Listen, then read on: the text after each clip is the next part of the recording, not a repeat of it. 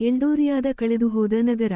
ಅಡಿವಿನಿಂದ ತೆರೆದಿಟ್ಟಿದ್ದ ತಡೆರಹಿತ ಹಸಿರು ಹೊದಿಕೆಯು ಸೂರ್ಯನ ಚಿನ್ನದ ಕಿರಣಗಳನ್ನು ಚೆಲ್ಲಿದರೂ ನೆಲವನ್ನು ತಲುಪಲು ಅಷ್ಟೇ ತಡವಾಗುತ್ತಿತ್ತು.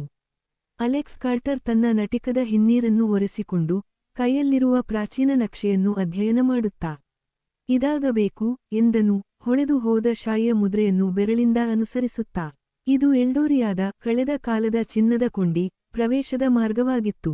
ಅವನ ತಂಡದಲ್ಲಿ ಪುಡಿಗುಪ್ಪಿದ ಪುರಾತತ್ವಶಾಸ್ತ್ರಜ್ಞ ಡಾ. ಎವೆಲಿನ್ ರೇಯಸ್, ಬದುಕುಳಿಯುವ ತಜ್ಞ ಮಾರ್ಕೋ, ಮತ್ತು ತಂತ್ರಜ್ಞಾನದ ವಿದ್ವಾನ್ ರೈಲಿ ಇದ್ದರು.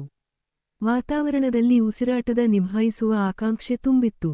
ನಾವು ಹತ್ತಿರದಲ್ಲಿದ್ದೇವೆ, ಎವೆಲಿನ್ ನಿಧಾನವಾಗಿ ಮಾತಾಡಿದಳು.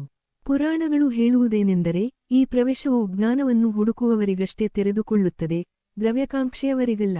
ಮಾರ್ಕೋ ದಟ್ಟವಾದ ಹಸರಿನ ಹಾವಳಿಯನ್ನು ಒತ್ತಿದಾಗ ಪ್ರಾಚೀನ ಶಿಲ್ಪಗಳೊಂದಿಗೆ ಅಲಂಕರಿಸಿದ ಬೃಹತ್ ಕಲ್ಲಿನ ತಲಪಾಯು ಕಾಣಿಸಿಕೊಂಡಿತು. ರೈಲಿ ತನ್ನ ಡ್ರೋನ್ ಅನ್ನು ಸಕ್ರಿಯಗೊಳಿಸಿದಾಗ ಶಿಲಾಲಿಖಿತ ಸಂಕೇತಗಳು ಮಿಡಿಯಲು ಪ್ರಾರಂಭವಾದವು. ಅಲೆಕ್ಸ್, ನೀನು ಈ ಶಿಲಾಲೇಖನವನ್ನು ಓದಬಹುದು, ರೈಲಿ ಸಲಹೆ ಕೊಟ್ಟನು. ಅಲೆಕ್ಸ್ ಸ್ವಲ್ಪ ಕ್ಷಣ ನಿಂತು ಆ ಪಾಠವನ್ನು ಉಚ್ಚರಿಸಿದನು. ಕೆಲವರಿಗಷ್ಟೇ ಪ್ರವೇಶ ಸಿಕ್ಕುವುದು. ಅಷ್ಟರಲ್ಲಿ ಭೂಮಿ ನಡುಗಿತು. ಶಿಲಾದ್ವಾರವು ವಿಭಜನೆಯಾಗಿ ತಳಕ್ಕೆ ಇಳಿಯುವ ಮೆಟ್ಟಿಲುಗಳನ್ನು ಬೆಳಕಿಗೆ ತಂದಿತು. ತಂಡವು ತೀವ್ರವಾದ ಉತ್ಸುಕತೆಯಿಂದ ಒಳಗೆ ಕಾಲಿಟ್ಟರು.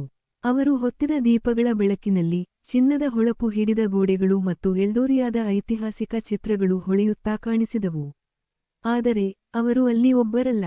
ಹಲವು ಭಾವಚಿತ್ರಗಳ ಆಕಾರದಲ್ಲಿ ಕತ್ತಲೆಯೂ ಗಾಬರಿಯಾಗಿಸಿತು. ಮಾರ್ಕೋ ತನ್ನ ಮಚ್ಚೆ ಹಿಡಿದು ಎಚ್ಚರಿಕೆಯಿಂದ ನಿಂತ. ಈ ಸನ್ನಿವೇಶದಲ್ಲಿ ಎವೆಲಿನ್ ನಿಧಾನವಾಗಿ ಹೇಳಿದಳು, ಯಾವುದೇ ಅಜಾಗರೂಕ ಚಲನೆ ಬೇಡ. ಅಲೆಕ್ಸ್ ಎಚ್ಚರಿಕೆಯಿಂದ ತನ್ನ ಬ್ಯಾಗಿನಿಂದ ಒಂದು ಪ್ರಾಚೀನ ಮೆಡಲಿಯನ್ ತೆಗೆದನು. ಅದನ್ನು ಮುಂದೆ ಹಿಡಿದಾಗ ಕಾವಲುಗಾರರ ನಾಯಕನು ಹತ್ತಿರ ಬಂದು ಗಮನವಿಟ್ಟು ನೋಡಿದನು.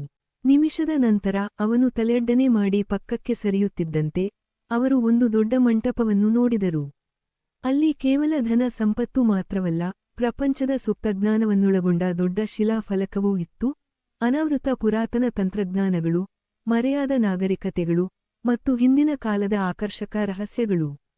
ಇದು ಅಮೂಲ್ಯ. ರೈಲಿ ಉಸಿರು ನಿಲ್ಲಿಸಿದಂತೆ ಹೇಳಿದನು. ಆದರೆ ಅದೇ ಕ್ಷಣದಲ್ಲಿ ದೇವಸ್ಥಾನ ಕುಸಿಯುವ ಘೋಷಣೆಯಾಯಿತು. ಏನು ಆದರೂ ಇಲ್ಲಿಂದ ತಕ್ಷಣ ಹೋಗೋಣ, ಮಾರ್ಕೋ ಕೂಗಿದನು. ತಂಡವು ತನ್ನ ಶಕ್ತಿಯ ಮಿತಿಗೆ ಹೋಗಿ ಓಡಿದರು. ಅವರು ದ್ವಾರವನ್ನು ತಲುಪುವಷ್ಟರಲ್ಲಿ ಅದು ಸ್ವತಃ ಮುಚ್ಚಿಕೊಳ್ಳಲು ಆರಂಭಿಸಿತು. ಅವರು ಅಡಿವನದ ಹೊರಗೆ ತಲುಪಿದಾಗ ಕೇವಲ ಒಂದು ಕ್ಷಣದಲ್ಲಿ ಆ ಪ್ರವೇಶವು ಮರೆಯಾಗಿಬಿಟ್ಟಿತು, ಇಲ್ಲಿ ಎಂದೂ ಏನೂ ಇರಲಿಲ್ಲ ಎಂಬಂತೆ. ಆದರೆ ಅವರು ಒಂದಿಷ್ಟು ಚಿನ್ನವನ್ನು ಅಥವಾ ಕಣ್ಮರೆಯಾದ ಐಶ್ವರ್ಯವನ್ನು ಮಾತ್ರ ಹುಡುಕಿರಲಿಲ್ಲ. ಅವರಿಗಾದ ಅನಾವರಣ ಎಲ್ಡೋರಿಯಾದ ಜ್ಞಾನ, ಇತಿಹಾಸವನ್ನು ಹೊಸದಾಗಿ ಬರೆದಂತಾಗಿತ್ತು.